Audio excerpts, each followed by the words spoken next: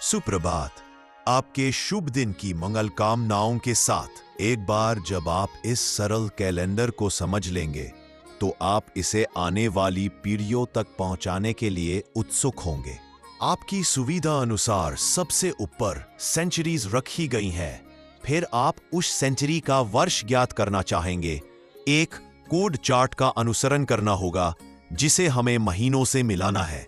तत्पश्चात चार्ट के नीचे दिए गए वारों को सर्वप्रथम रखी गई महीना सूची में संलग्न करना है। इस कैलेंडर की उपयोगिता इसलिए भी बढ़ जाती है क्योंकि हमें लाइफ 3 में 100 मिलियन ईयर्स पीछे जाना पड़ता है। जियोलॉजिकल स्केल में भी जुरासिक एज 3 भागों में विभाजित है। एक्सेल में मेरा काम ठीक यही करता है, जटिल खगोल विज्ञान के माध्यम से नहीं बल्कि शुद्ध मजबूत गणित के माध्यम से।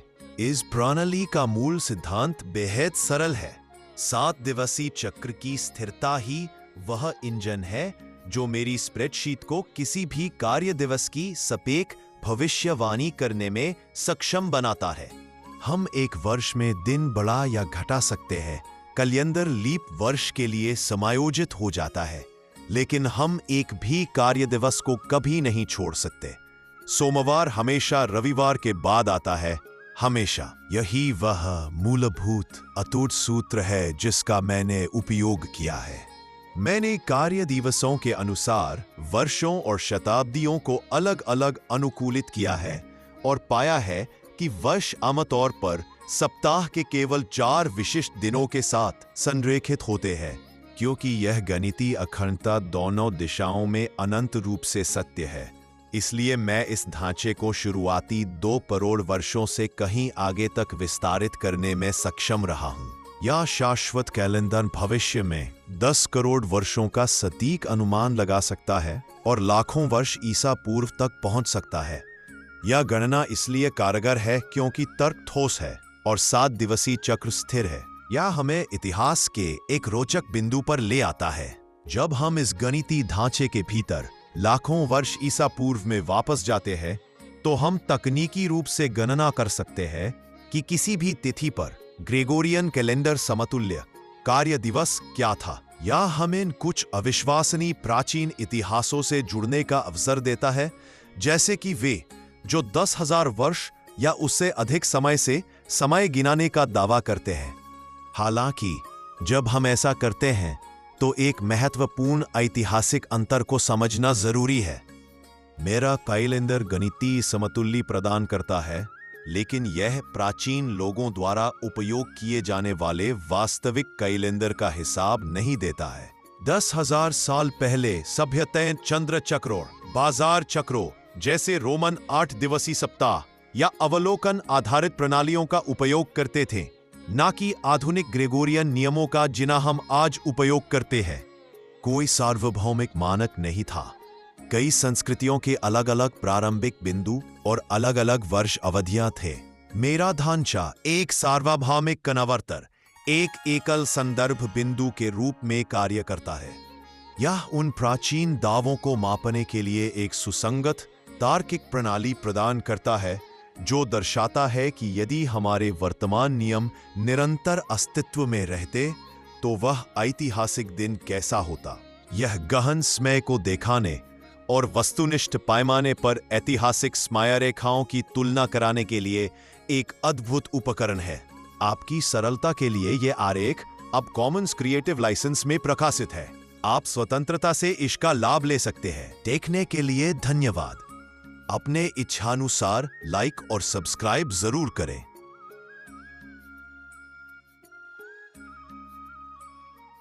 आपकी सुविधा के लिए हम विभिन्न तरीकों का विश्लेषण कर रहे हैं ताकि आप इस चार्ट पर विश्वास कर पाएं। बीच बीच में हम लीप ईयर जैसे वर्षों को भी ज्ञात कराएंगे ताकि आप पूर्णता से विश्वास कर पाएं।